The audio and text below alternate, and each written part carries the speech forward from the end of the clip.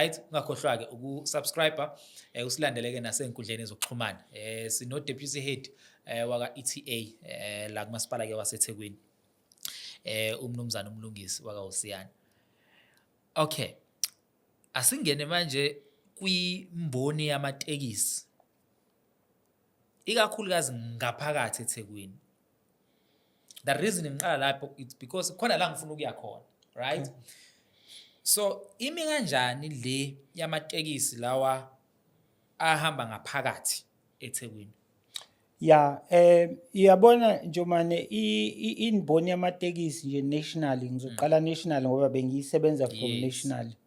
Nakhona we've come a long way nemboni yamatekisi ukuthi uzokhumbula ukuthi the time siqala nje from 94 sisuka kude la kade kukhona kubanga umzila kudutshulwana kunodlame kwathiwa imoto azikho roadworthy kwafika nento ye recap zakhona imoto ze recap kodwa kumanje abantu basemboni bayakhala ama quantum abiza million and something and then abaninga SA tax uyawadla ngala nani baba no Toyota whatever. Imboni is quite a big iyona ngibe sad and at the same time we're proud ukuthi iyona mboni kuphela esingathi business lethu abantu abamnyama. So as uhulumeni kufanele siyitreat ngaleyo ndlela. And two, imboni i-contribution yayo to the economy ibalelwa ku 20 billion per year. So la KZN we have 246 tax association la KZN. 246. 246 in province. Okay. And almost half la eThekwini. 112 ama tax association la eThekwini. Ngoba we are metro and we are lentuza. So almost half of ilento imboni ula eThekwini out of the 246. Yo. Yeah. So it shows ukuthi eThekwini kunabantu abangakanani noma kubhizi kangakanani. Yes, definitely. So it's a big industry and has a very key role to play. Yeah. And therefore la eThekwini we have obviously uSantaco. Sisebenzisana kahle nabo ama region abo awu5.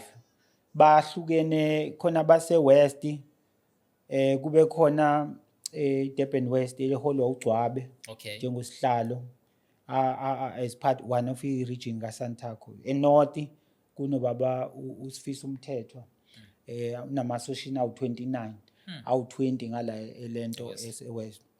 eCentral kunobaba Khaliva ngicatha ama association akhe awu22 mangenzi lento iCentral ifaka Chesterville nala amanye aseCentral. Bese ngithukile. Yeah, no, awu20 ase Central ama association ama long distance wonke afolanda Central. Including ezase station obabunani. And then eSouth ihlukene kabili kune South 1 eholwa ubaba uNzuza umshazi ophinda bosihlalo we metro structure yemboni. Okay. And then ubaba Duma onaye abu usihlalo we South region. Okay. And then baphinde ke abanye osihlalo bahlala kwi leadership ye province. Okay. Njoba Xathu Mthombeni uPRO we kuSantaco province. Okay. Yeah, so that is the structure of imboni. And obviously public transport njoba sazi imboni yamatekisi is almost market share yayo uma ubheka ridership 70% wama passenger ba rely kulen. Amabhasi nje yes maningi but market share yawo incane. Yeah, so they are doing about 20 something percent and then istimela nje ubona uprice uke wanenkinga. So ridership yestimela as things stands u13%. Okay. Uyakhumbula ukuthi ikhukhula zimoshile ikhathi bebuyiselo line. And then khona le timela zabo ezinhle asebeyilandela siyasebenzisana nabo ukuze kwesikhathi ukubona ulayini mawunenkinga sekufanele abantu bathutheke ngomgaqo.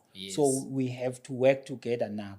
So ilento taxi industry nje ibambe elikhulu iqhaza ukuthi 70% market share and so we have to take them seriously senze sure ukuthi even masplana ukwakha amarenki idobhi nani we do work and factor them into account but also lento esikhuluma ngayo transformation empowerment ukuthi kufanele nabo bakhule bagcine mhlambe bengena kuwona amabhasi as an industry. Okay, and then phambilini nani no minor kumasipala weTheku, then sekune People's Mover manje. Yes. Labantu bamatekisi bangena kanjani ku People's Mover? Okay, ngiyawuthanda lo mbuzo Nyomani. Ilento ngo2010 the times hosta iWorld Cup. Yes. We needed to have a world class public transport la ebizwa nge-inner city service. So to test lento empowerment ukuthi siyipilot lento eyayizogcina yenzeka ko Godurban. Yes. Kwahlangana ama-association i-North and South Beach ahlangana aforma inkampani yabizwa ngokuthi Copper Sunset Trading. Okay. So kwafonywa i-board yale nkampani 5 aside. So kune board nje nama managing directors ale nkampani. They were then awarded i-contract ye People Mover. Umasipala then wathenga amabhasi and then nabo amabhasi basebenzisa amabhasi amasipala to run i-service. Nakhona i-income that they collect yabo as a company. Oh, okay. Yes, and then obviously ama-shareholders abo ama-association lawo to member, so the dividends get shared by everybody. There was something that should have happened engenzekanga. Okay, for a World Cup we delivered. If People Mover is very popular, it's against nama tourists. Yeah. But obviously manje, I'm the first one to say ukuthi amabhasi awasekho estandardini esiyasiku, amanye ama-aircon awasasebenzi, nomalina ngizokuthiwa ayalika, umuntu usethola ikhalazo. I-responsibility kabani leyo? U-City Fleet, i-recapitalization yenziwa u-City Fleet. Yeah. So the idea was that imboni yayizowa withdraw wonke amatekisi operator kwi-CBD such that i-CBD ibe clean, kungabi khona i-chaos, and omunye umuntu uyayizwe kabi lento mangithi clean ngithi CBD bese ngikhuluma amatekisi ukuthi iwona letha ilento. All world cities, we talk London, njengoba ngitshelile ngathi is benchmark against bani. We should not be having le chaos egcwele edrobheni. Yeah. So you have inner city, lama association inner city. Yes. Operate People Mover, but ba compete now foot at the same time. So ba compete bodwa. Yes, and imagine if we were to say to them, withdraw all your vehicles, we compensate you for my licenses and then we buy more buses the People Mover, so that every 2 or 3 minutes you have a bus elentuza. We would have a clean city elentuza. But before ngifike la kamasipala ngoba ngafika ngathi nayi guys, we need to ensure that this thing happen, but hayi wosiyana sibanga nje compensation. One, motors withdraw imoto zethu, lama quantum motors wa withdraw wosiyana, I'm paying year 2 of 6. Ngikhokhela SA taxi or ABSA or whoever. Mawuthi ngiwithdraw kuzokwenza kanjani? Or are you going to compensate me for withdraw uphinde ubuy off license yami lenginayo? I-license le operating license or i-permit is an economic right njenge-liquor license. Yeah, if you withdraw you have to buy it. No, but angithi kuno People's Mover khona. No, but People Mover ukhona i-contract yenu njengomasipala ezophela after every 3 years leya contract iyaphela. But bona you can't say as withdraw imoto zethu siyidayise, but after 3 years i-contract le bus iyaphela and then you say, hey, I must go out on tender because amabhasi asiwa own.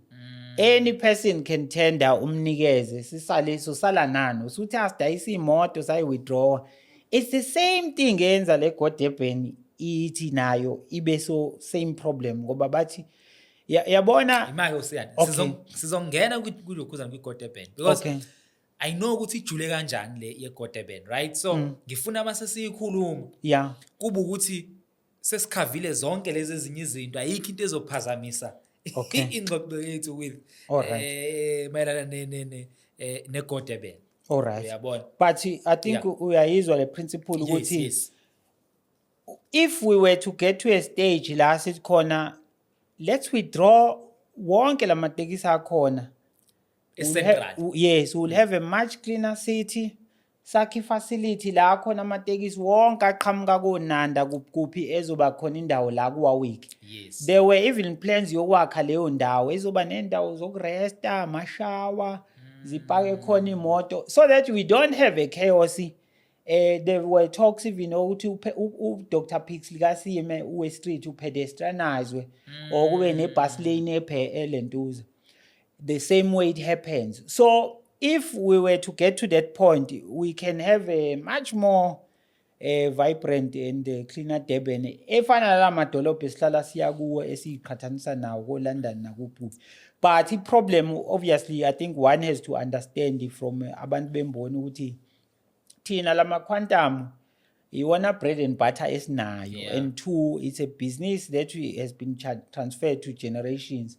Ney'ngane zethu zishiyelane so if nina nizositshela ngokuthi sama shareholder and then is withdraw imoto zethu akuzukwenzekela libhodwe.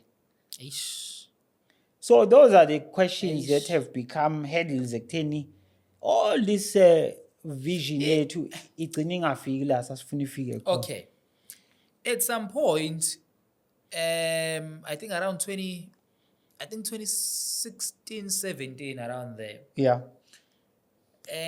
I think kwakunama teams ayehamba eyaphesheya eyofunda ngalento okhuluma ngayo kuthiwa izokwenzeka. Yabona? Yes. So kunemali eyakhishwa ukuthi abahamba bayofunda ngoba amatekisi azoqedwa ngaphakathi. 2025 manje. Yeah. Awaphelile amatekisi and akubonakala ngathi azophela amatekisi eCentral. Ngicabanga ukuthi nje manje enye iphutha esiyesilenze kahulumeni nakhona ukuba overly ambitious. Yabo lento ade ngisho yokuthi eradicate informal settlements. Nala futhi the same thing. I think it's a pipe dream ukuthi we can eradicate amatekisi completely, even a CBD. Yeah. We need to be asking thina umbuzo othi how do we integrate lezi zinto ukuthi zisebenzisane? Yeah. Because there are routes where ibhasi or istimela is the right mode to move mass people babe baningi. But there are smaller routes where the last mile, for example, mawehla ke estimeleni station, ungene kwitekisi ke selikuhambisa on your last 2-3 kilometers. Yeah. We need to be ensuring ukuthi lento ziyakwazi ukusebenza ngokubambisana. That's why it was called integrated public transport network. Ukuthi khona walker la uthatha ibhayisekila usuke ebhayisekileni uyongena estimeleni ungena eTaxini wehle yabo. So we must make sure ukuthi it works together without because uyakhumbula sisuka kude lento ye BRT ayiqala ayisabizwa nge BRT. I think that's why uhulumeni wazi washifta from that word BRT. Abantu bamatekisi bavele bathi hayi wosiyana sizonijaha ngoba lento yenu ithi bus replacing taxis. But BRT umele lokho and then national even at a policy level said no, let us and then yazobizwa integrated rapid public transport network. Okay. Kuhamba isikhathi bawususa uR lo wa rapid. Manje isibizwa ngeIPTN. Mawuzo minister and all the people bazothi IPTN. Obviously you go Joburg, you have Rea Vaya, My City, Cape Town, Arieng Etswane. Thina ke obviously God Durban yethu ayikavuma ukuthi go. Okay. Mawusethekwini unenkinga yoku move around ngisazi ngicela bangithi mina uyazi ukuthi uma ukuthi usanda kuthola license yakho yokudrive stay away from eThekwini. Uyabona especially kule migaqo emikhulu ngoba uzoba ne headache. Uyabona uzoba nje ne headache masikhuluma ngendaba yamatekisi. Now asingene ke kule ye God Durban. Yeah. Kuspendwe imali espendiwe iningi kakhulu. Last time ngichecka kwakufanele kube ukuthi kukhona imali ecelwayo ku national izoqhubeza umsebenzi but umsebenzi oqhubezayo awukho. Ithini indaba ye God Durban osiyana?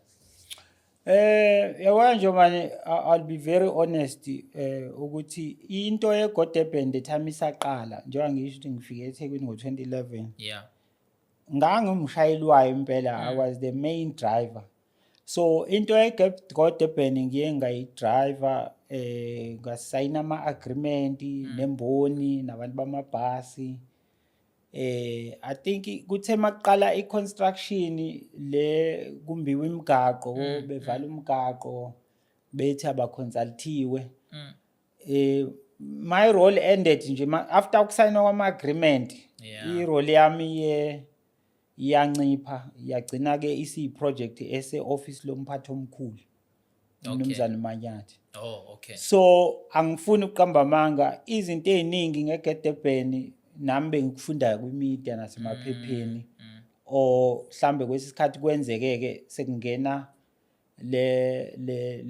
lobuholi bemboni nezicapha eoffice lethu sebethi hayi nkosiyana okusilalele siyazi ukuthi lezi zinto uyazazi but kuye kube khona ukuthi ama roles and responsibilities akhe ahamba agcineke. Yes. So okuningi nje kweGodurban okunye kuyinkinga nani nami ngikuzwa njengowonke ngalentuza but the last time when I was in charge and I signed ama agreement nani kwaqala ama negotiations kwakukhona inkampani inhlangano lo Accord lo okuyena okhona uMr Uvasi uGoundeni okuyibona ade behamba be resolve ama conflict ko Burundi kuphi. They were the facilitators who were supposed to help umasipala nemboni ba reach agreement kusayinwa ideal ye contract aqala operate ama lentos. Okay, for those abanga understand indaba yeGodurban mawuhlala eGauteng i-project efanayo no Rea Vaya. Yes. Uyabona, I think njumane ibalekile lo isho ngoba abantu abazi ukuthi the time iTheku is set in a way ngoba mawubheka wonke la ama metro angaphambi kwethu thina silandele ngemuva and at some point I was hoping ukuthi asizuba nalama mistake abawenza ngoba sisemva kwabo.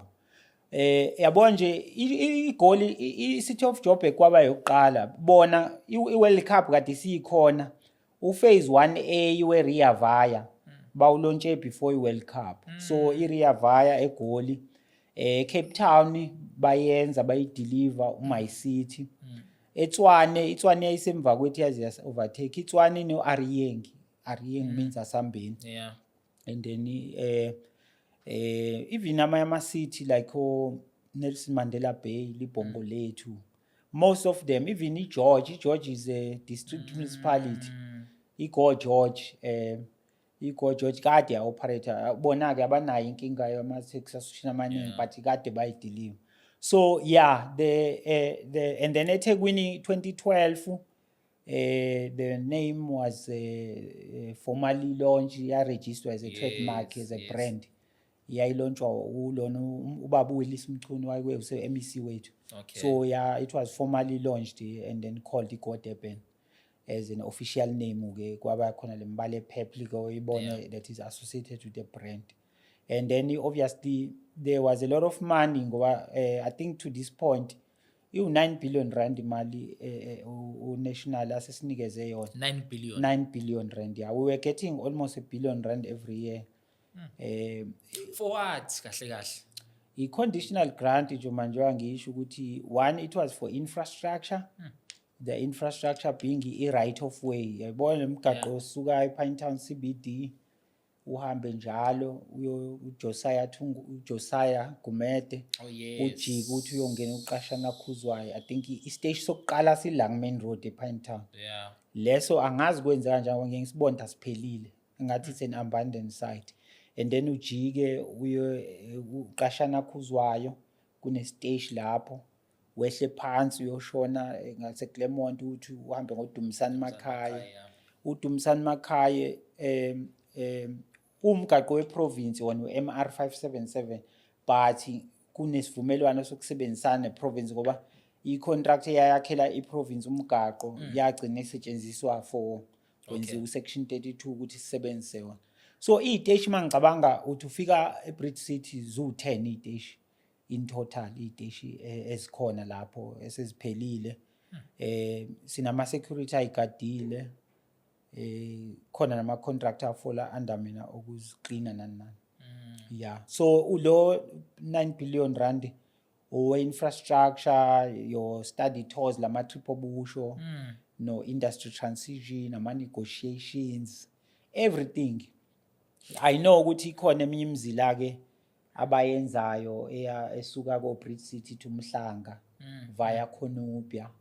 Nale C1 usuka eBridge City uze town yabo lapha mohamba ko Sikhawu Lake. Yes.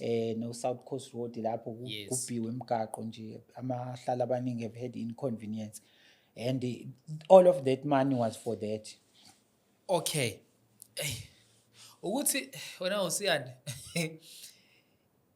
inkinga imibuzo iza kuwena futhi yabona, but uthola ukuthi kahle kanje njengoba ushilo ukuthi wena irole yakho yaphela after ama negotiations senivumelene yabona. Yes, then yaphela irole yakho then yasinyukela office lomphathi omkhulu kwi-head. Yeah, uyabona. And ngempela ugcine nawe ungasakwazi ukuthi ungajomba ama boundaries lawa obekelwe wona. So kunama security agada lama stations lawo iteshi agade nama security.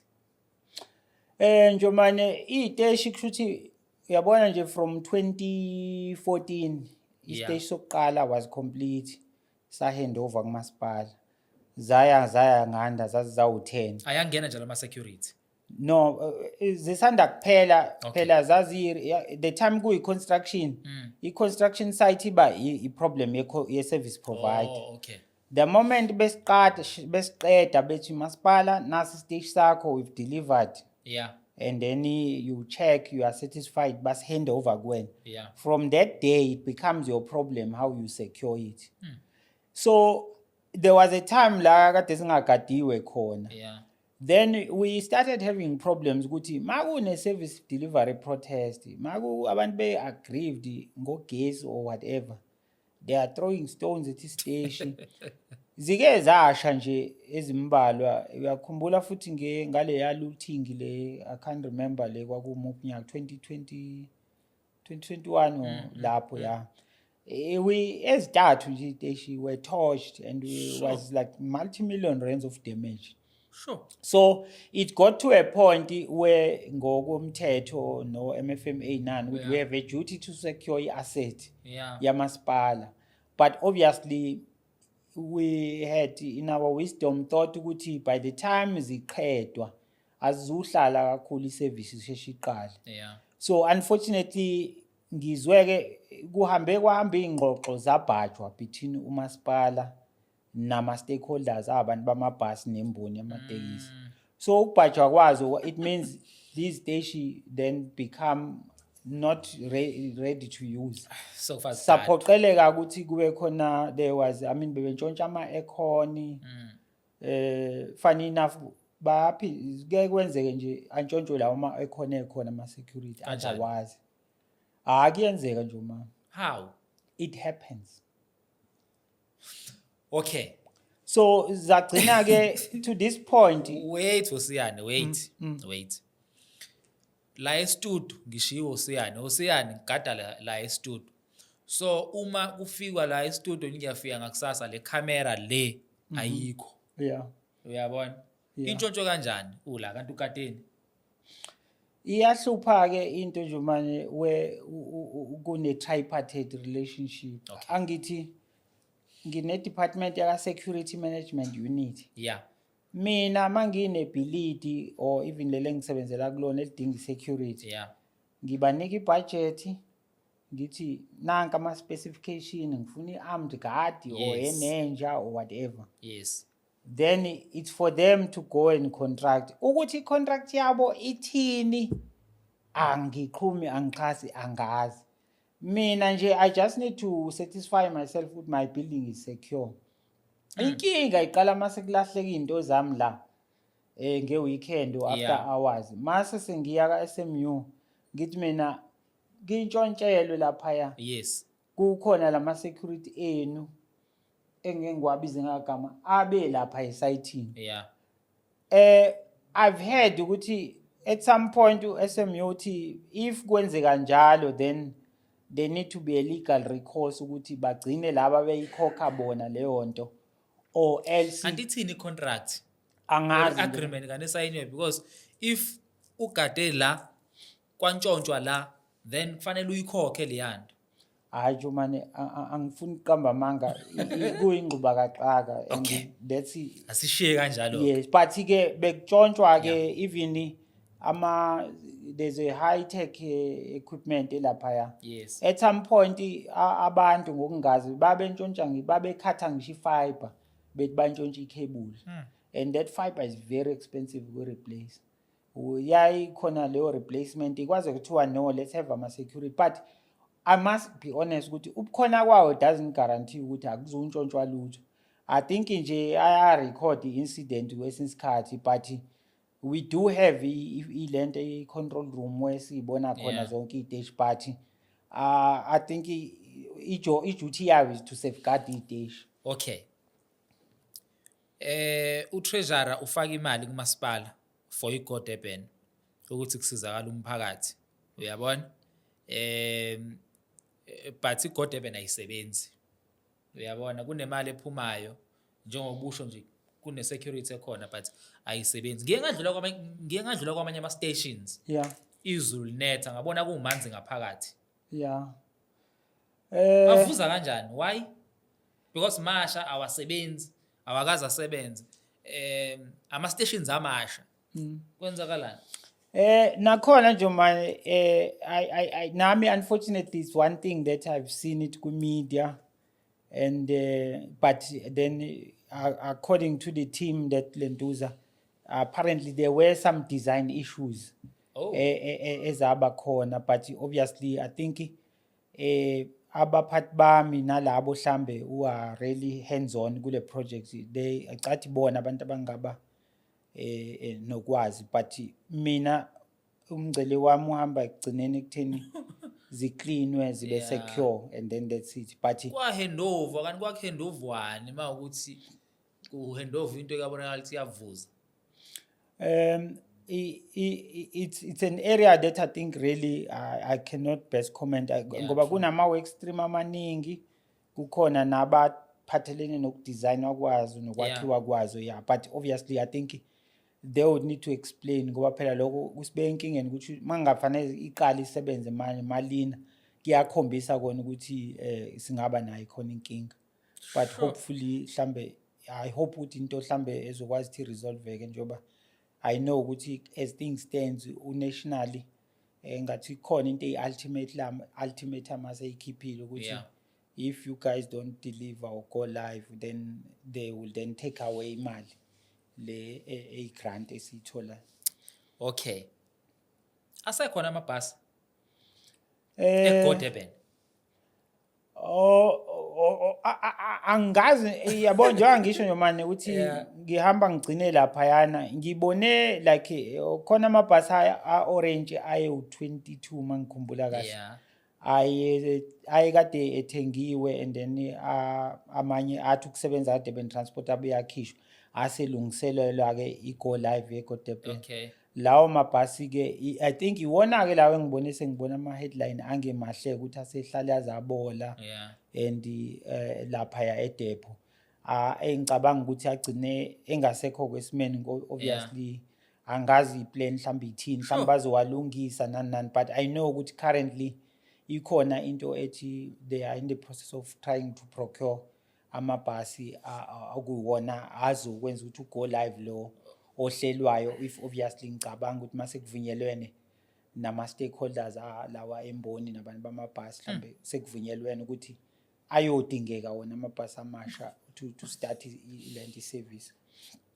Kunamabhasi athengwa and surely ayengabizi ngaphansi kwe-million mhlawumbe ayegijima ku2 to 3 million ibhasi. Ibhasi libiza 3 million minimum uma ungakafaki ama extra machine le ama ticketing machine nani mayowafaka lokho nama camera nani ngamabomu siyana sinje u3 million yabo standard bus. Yes. So athengwa u20 bani?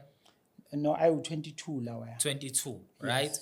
So sasiwasebenzisa ngala ku Durban Transport Yes. akhishwa khona kwashoda amabhasi ngala, Yeah. but obviously we needed to get them ready for Yeah. them. So now mase kuthiwa isiyangena manje sekufa kuthengwa amanye because lawa kahle kahle vele abolile amanye awo uyabona because kade lokehlela amanye. Yeah, I think i-cost yokuwabuyisela emgangathweni would be almost a fruitless and wasteful expenditure phela makuwukuthi azolentuza. I think obviously ngiyacanga ukuthi abantu ba-City Fleet, they would need to assess them and then make a call. Ubani umuntu ekumele account for lokuxhashazwa nokumoshwa kwemali ngalolu hlobo? Uyabona sengiyazibuzela nje mfethu uyabona because to me it doesn't make sense ekutheni kungachithwa imali engaka but abantu bangasizakali uyabona because somewhere somehow kukhona abantu ababenefitile la. Okay, number 2, somewhere somehow khona umuntu ekumele abe responsible for yonke lento account for ukuxhaphazeka kwemali. Hey, unzima lo mbuzo nje mani, but obviously I would think ukuthi ama-unit ne-unit iba ne-head, and I think i-head ye-unit iyona ebu-accounting office for whatever budget allocate under yena. And to umasipala indlela ohleleke ngayo, wonke umuntu unomphathi, kunama-deputy city manager, kuno-city manager, kune-exco, and there are, for mina, there are so many people that would need to account and indicate with how does this happen under their watch or whatever, and also maybe do introspection with what are the lessons learned and maybe how do we fix this thing, because that is important. Ukuthi sisele nale dish nane, they now a white elephant. They can't sit like that forever. And into engiyisabayo ukuthi if Minister Barbara Creecy or National DOT mengathi hayi we cut the grant, as a metro we will never have imali to get this thing operational ngoba ibifundwe from national fiscus ukuthi shuzohlala kanje baye baze bayakhaleka ingane zithi hayi velani sivule lapha sidlalele khona uyabo kudlalwe ikeshi nala imigaqo kuba indawo yokucyclisha nabajimayo uyabo, because it's a travesty and something that is painful ukuthi with 9 billion rand we could have done a whole lot of things as to develop the city. Khona baswele izindlu, khona baswele a lot of things ukuthi was it money better spent na if kuthi the product cannot be used. And mawubheka idingo se-public transport affordable world class ngoba phela the time siqala sakhalena sathi we want iThekwini that is a world class city and that transport will be that, and now we have not got there, but hopefully I don't know ukuthi ngiyathanda the fact ukuthi I'm not at that top ukuthi where I account amandla ami ne-contribution yami ihambe iphela la, and then obviously abaphathi ke mhlambe I'm not sure even now ukuthi ithini vision yabo, but ikhona into ya-go live date ekukhulunywa ngayo futhi engicanga ukuthi abaphathi dolobha mhlambe boyi-announce formally mhlambe when they've checked everything ukuthi where we are, what do we need ukusuka la siye laphaya kwi-goal post. Sure. Okay, angibuze lo kanje lo mbuzo usiyana ngiyakudedela manje.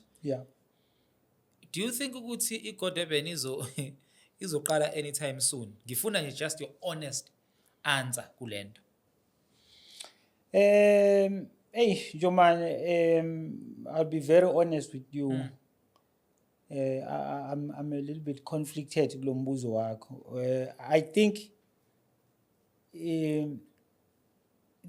the only condition in which we can get it Go Durban to salvage whatever challenges there is when the city were to ensure ukuthi all our collective wisdom is utilized. Nangokuthi bring the people who have the know-how and the credentials and the strategy ukuthi mabengekho etafuleni or bengekho at the forefront of driving that project, I obviously don't see that happening. We would need to ensure ukuthi all the critical people, especially with the necessary expertise, are there in the table or at least leading the project. Yeah. And two, industry esidila nayo obviously yayibona lento ede Godeben uC3. uC3 uqale Pinetown uphelela kaMashu. Basically uthinta ama region awu2. Uthinta ilento. And unfortunately iDurban West yafike yaphuma ku-AMTC. Yaphuma. Now makukhulunywa into ethi go live C3 whatever, iWest ayikho etafuleni. Sure. Now those are big showstoppers oyubona ukuthi if the most affected stakeholder is not in the table to discuss ilento. Yabona nje ubaba uMchunu lo usihlalo wase Claremont usemdala ubaba uMchunu, abantu abane wisdom nama elders emboni. Wayevela afona athi wosiyana ngizwa kuthiwa ngibone ephepheni kuthiwa kuzoba khona ugo live lapha nathi nicabanga ukuthi no umsebenzi wethu athi ngeke luwele ibhasi lapha eMngeni bridge lapho lwandle Stephen athi ngeke leze luwele ngala athi nobona iphiphi lenyoni. Ngithi hey baba, I can't comment because I'm not project ise office land at sazi wena wosiyana akuwena ophethe public transport ithi mina baba. So those are some of the challenges, but I want to be honest, I read about this project emaphepheni. Sure. And I've never had an opportunity to akekho umuntu kade wosiyana you've written umthetho and you've contributed as what would be your analysis of the I don't even comment or get involved. So I think, but I'm hoping at some point we have a new mayor, Babkaba, and I firmly believe good leadership corner. And at some point, maybe when they do a reflection or a review, they would want to ensure with all collective wisdom. You know ukuthi ukuba umuntu bene power.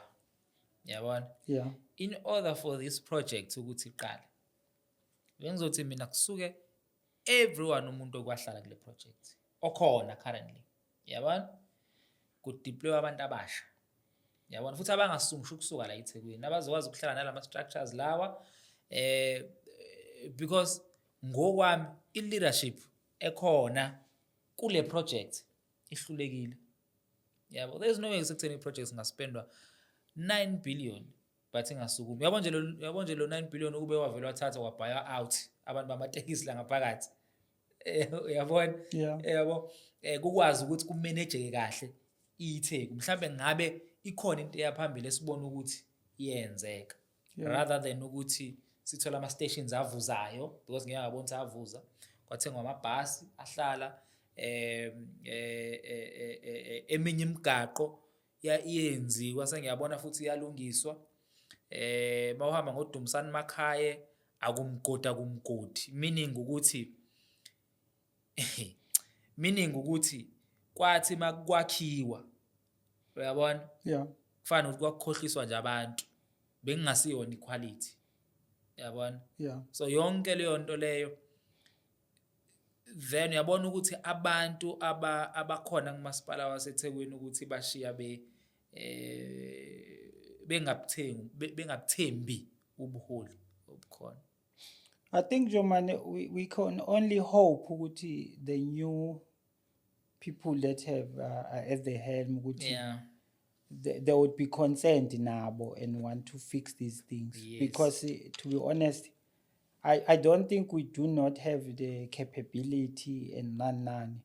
But obviously umuntu uba nemingcele yakhe ayisebenzayo and I believe ukuthi if we can use the collective wisdom ekhona ukuthi let's look amongst our rank ukuthi hey abekho people who are at the helm who are capable to fix all our problems, because sometimes we work in silos and you find with the people who have the solution bakhona endlini, but mhlambe bathuli ngoba Bancishwe amandla banikezwa futhi, ilento yabo, or else mhlambe my worry is that with too much changes that we've had, I think now we have Hulman GNU, which I think is a new thing, and everyone, people are still trying to find their feet. And abanye, they don't have the institutional memory and institutional capacity. So basazothatha esabo isikhathi to try to understand the business. Yabona nje, I know ukuthi i-cluster le ngikuyo ino-chair omusha, lento uBamvubu, I think I remember he's back as a chair, and I know that he's trying to find facts and lentuza, and by the time kuzobe sekuphela ithemu yabo futhi kufika abanye abantu abasha, and that's how it works, unfortunately. Okay. Usiyane mfethu, ngabe yabona nje ngabe ngidlala ngawe manje sengithi asiqhubeke nale interview. Yabona? Yeah. Kodwa ngivumela ukuthi mhlawumbe sibuye sisenze sinye isikhathi, because kune portion ebengade ngifuna ukuyikhave, engingazi ukuthi ibaluleke ngendlela eyisimanga. Sure. Yabona, but now because of isikhathi, uyabona, ngiyakubona nawe ukhathele manje. Ngiyakubona ukuthi nawe hayi uyikhathalele nawe manje, yabona. So kahle nje ngabe nje mfethu ngidlalela ngawe mangase ngithi mhlambe asiqhubeke nelokhuzane nale interview, but angikwazi ukuyivala ngingayikhuluma ngindaba yencwadi ekhona, because I know, hey guys, by the way, uSiyane uthi siwe sakhuluma kakhulu ngezinto zase-office lakhe. uSiyane une foundation, iWosi Foundation, and kule foundation lena okay, umuntu ogijimayo, uyabona, usegijima ama-comrades, I think awu-12. Yes. Kade aqala, yabona. So useze ke manje wakhipha incwadi. Iphi incwadi yakho mlo? Okay, kulungile. No, it's fine. Kulungile, somfakela la ulokhuzana umbukeli, no problem. Somfakela la so beshare nama details ekutheni mhlawumbe makuyidinga lencwadi ungayithola kanjani. Mhlawumbe in closing, awusitshela ngayo lencwadi mfethu. Yeah, Njomane, I think njoba usushilo wathi other than isigqoko sami sokuba uDeputy ka-Transport, nomsebenzi wakho stressa naye. Yeah. So ngineWosi Foundation engayiqala ngo-2020. Sinenhlelo eziningi nje focus ama-program abhekene kakhulu nabantu abasha. Sibheka izinto ezithinta ama-career guidance, sizamela abantu funding for technical careers, like I promote careers in transport. So sisiza abantu ngama-study funding, kanti nalabo abafuna ukuya ku-business wing ukuthi umuntu simsize with business plan, startup, nani. And then we have uhlelo where we focus on ukusiza iy'ngane ngey'nto zey'nsiza zokudlala, like your running shoes, into zama-soccer boots, ama-kit, so that iy'ngane zikwazi ukuqoqeka zingabi kwi-crime. Yes. And then we also do a lot of other programs like your sanitary towel for girls and food for underprivileged. Means into esenza kuWosi Foundation. And then obviously le ncwadi lena I wrote it as something that I because of some of the social problems I see where abantu abancane isikhathi siningi i-lifestyle asebeyiphila uyabona ukuthi is very destructive kubona.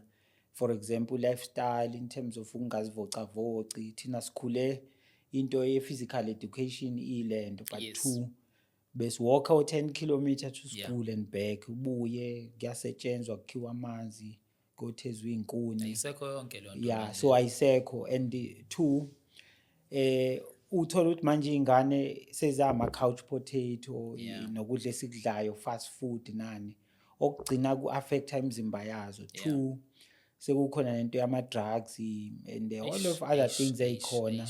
Okunye i-marketing nani ikwenza kube fashionable ukuthi it's cool ukwenza lezi zinto, but ultimately yaba-destroyer. So uthola ukuthi ingane ezincane zama-2000 mawubabuka babukeka begugile kunathi ngenxa ye-lifestyle ukuthi bayabubhubhudla ubusha babo ngezinto abazenzayo wrong ezabantu abadala okunye okwrong.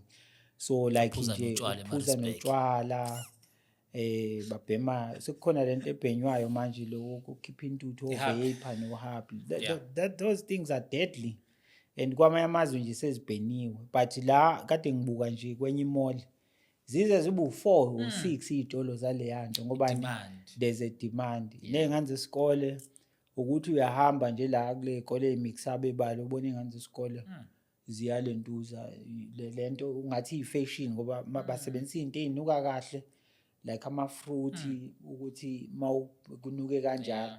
But esifubeni leya nto I can tell you I'm not a doctor but it's destructive. So we wanted to share my own personal story ukuthi lento yo health and wellness ibalekile because umzimba wakho kufanele unakekele so that ungathi ukhula later. I mean ngeke ngivisithe amajita ebhedlela khona nomjita uvakashela umuntu esibhedlela ese ICU and lo muntu unemali like multi-millionaire but imali it doesn't pay or buy you i-wellness. Mawusunemali usekudinga i-insulin umjovo lo welentuza mhlawumbe sekufanele uthole 3 or 4 or 5 times a day. Sure. And usu-chronic. Yeah. And those are things that most of them are called lifestyle diseases that we can prevent by looking after our bodies and also exercising a little bit. I'm not saying everyone should run in comrades, but we are saying that 20 minutes nje 3 times a week. Yeah.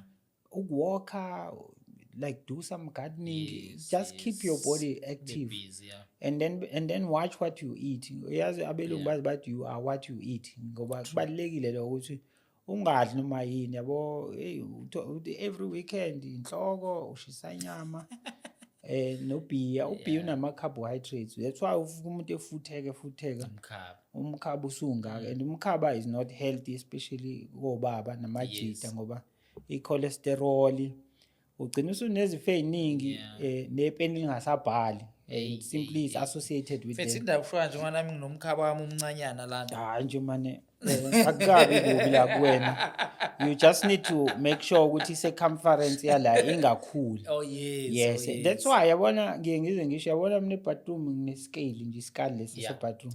Ngiye ngithi encourage ukuthi wonke umuntu akabe naso. Oh yes. Uthi mawuvuka nje kuseni uzikale uma uqeda ukugeza uzikale ubone. That's where you normally pick ukuthi sometimes mawu stressed uyazi umsebenzi wami ustress kanjani. Mawu stress udla kakhulu. Uyibone hayibo usumpitshwa amabhluku wakho nani. Mina ke umkami uMandela even izingane onkanyezi bayibathi dad you need to go to gym, dad you need to go on a diet. Yabo uthola ukuthi sometimes kuyenzeka u34 uyibhluku alisangeni so uyothenga u36. Most of us we keep accommodating i-problem ize ifinde a home. That's why umuntu ethi mina nginoshukela mina ngine-cholesterol usuyayi-owna ukufa instead of ukukhahlela uthi you don't belong in my system. Okay. Nomkhaba ke nawo futhi you can do the same. Okay. Incwadi yakho imalini? Incwadi le i-250. Okay. I-250 incwadi and I think we just wanted to fundraise. Yes. And so that we are able to run more programs with foundation. Okay. Yes. So incwadi le ka Osiyana nansi imininingwane yakhona yabona so nje la iyona yonke imininingwane yakhona le nansi nenamba ungayifonela nawo nama banking details mawufuna uku-order incwadi then u-arrange-kele ukusendi uthunyelelwe yona ke le ncwadi la ukhona yes so kufanele ukuthi ube nayo le ncwadi engikhuluma ngayo iyona le right nansi imininingwane yonke sure siyabonga kakhulu but hey mfethu mfethu ngabe ngidlala ngayo impela manje ngidlala ngayo ngabe ngidlala ngayo mfethu yazi ukuthi mfethu ngisafuna sibuye sibe nengxoxo nje wangishilo okay sesikhuluma ngale ya issue le enye nje seceleni yabona but ethinta wona umsebenzi because I know ukuthi usebenze kanzima kanjani mhlambe ngesinye isikhathi mfethu kubalekile sekutheni incwadi yakhe elandelayo ingakhulumi ngempilo yakho le yokugijima. But we need yonke le information ebesikhuluma ngayo, yabona, because I know ziningi izinto ezisalile. So Yeah. we need yonke le information usibhalele yona phansi. No. I think a challenge that already is on my mind, and I think I'm blessed ukuthi khona insizwe efana noMthembu lo baThembu engisebenzisana nazo, and I have to put ideas to paper and then sibone ukuthi how do we translate it, but definitely it's something nami a goal ukuthi I have to do, because there's a lot. There's a lot, but I'm also academically I'm looking at ukuqhubeka ne-PhD yami this year. Oh, okay. Ukuze ngigcineni ngibiza ngodokotela uSiyani. Dokotela uSiyani. Ngingagcini imfolomane nje kuphela. Or plus book author. Oh yes. Published book author. Oh yes. No mfethu, ngoba ngicabanga ukuthi mase sesikubiza ngodokotela sobe sesikunikeza okukhulu kakhulu kunalokho. But nje mfethu mina as stressless ne team yami yonke esisebenza nayo ku podcast mfethu, sithi asikunikela mfethu sibonge mfethu umsebenzi wakho nje mfethu omuhle owenzayo. Sithi mfethu cha noma ususe officeini ukhumbule ukuthi kune podcast Imbizo eyakunikeza ithuba nazo ukukhuluma ngetransport yaseThekwini. Wow, Jomani. Ngiyabonga kakhulu mfethu. I really appreciate, and I'm going to treasure this. Ngizoyiframe lapha ekhaya ngine office kodwa ngisalakha, so it's gonna be a very lentuza. Ngoba I'm a big fan yale show. So ngiyangibona nje abantu beyithola. Ngiyakhumbula waqala ngobaba lo Ukhoza yes umkhathini. Ngiye ngabona lo mhlonishwa uMncwango. Yes. So ngiyabonga kakhulu. I will really treasure, I appreciate this. And ngiyabonga nethuba lokuthi ngize la and to come and share my little experience. Kodwa noma sithatha isikhathi eside yabona ukuthi information ebila ibinde kakhulu. But ke nokulungile uSiyani, siyabonga futhi. Ngiyabonga kakhulu mfethu, thank you. All right. Sure. Well asibonge kakhulu. Ukhumbuleke ukusilandela enkundleni ezokuxhumana Imbizo TV na ku YouTube Imbizo TV or uthi ke Imbizo podcast. Ungakhohlwa ukusubscribe ke sikhuluma ngama issues ke amaningi ahlukahlukene. Namhlanje besikhuluma ke nomnumzane umlungisi waka uSiyane deputy head wakwa eThekwini Transport Authority angithi. Yes. ETA. Yes, eThekwini Transport Authority. Sihlangana ekseni kwi emsakazweni Imbizo Imbizo breakfast show lapha emsakazweni Izlo Mzansi. Godspeed.